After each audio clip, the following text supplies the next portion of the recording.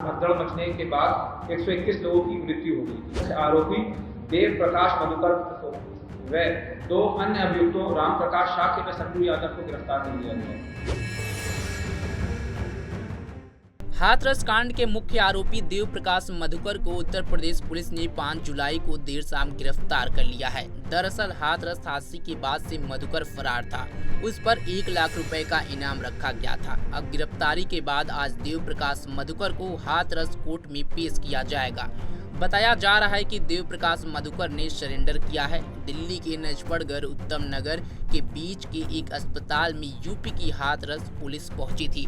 देव प्रकाश ने उनके सामने सरेंडर किया। इसके बाद पुलिस ने उसे गिरफ्तार कर लिया है। हाथरस पुलिस आरोपी से पूछताछ कर रही है। पुलिस ने देव प्रकाश मधुकर को लेकर के क्या कुछ कहा, उसे सुने।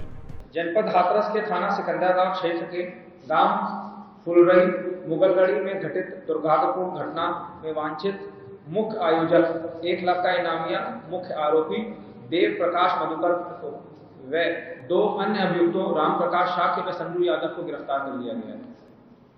जनपद हाथरस के थाना सिकंदराबाद में गांव फुलरई मुगलगढ़ी में दिनांक 2/7/2024 को एक अत्यंत दुखद एवं दुर्भाग्यपूर्ण घटना घटित हुई थी, जिसमें भोले बाबा के सत्संग कार्यक्रम के उपरांत भगदड़ मचने के बाद 121 लोगों की मृत्यु हो गई थी। घटना के संदर्भ में दिनांक 2/7/2024 को थाना सिकंदराबाद पर मुख्य आयोजक देव प्रकाश मधुकर व अन्य व्यक्तियों के विरुद्ध भारतीय न्याय संहिता की धारा 105, 110, 126 सब क्लॉज 2, 223, 238 में अभियोग पंजीकृत किया गया था।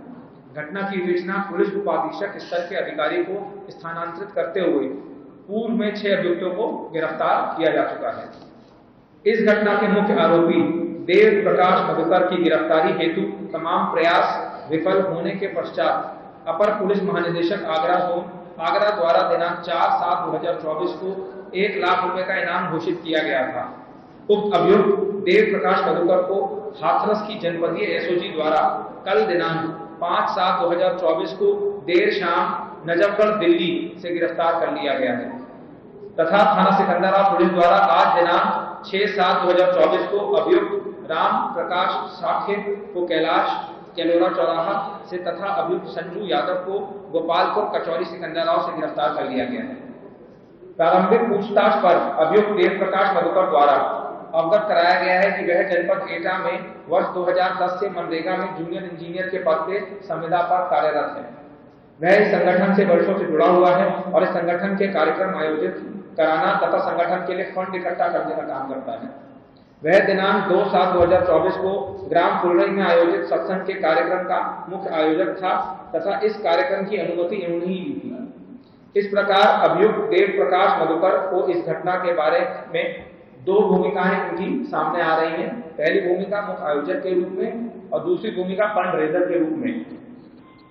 उक्त भूमिका उक्त अभियुक्त तथा इसके निर्देशन में कार्य कर रहे सेवादार एवं समिति के बंदी की सत्संग के पंडाल के आसपास बैरिकेडिंग, प्रवेश द्वार, निकास द्वार, बैठने की व्यवस्था, पार्किंग में अन्य सुविधाओं की संपूर्ण जिम्मेदारी थी।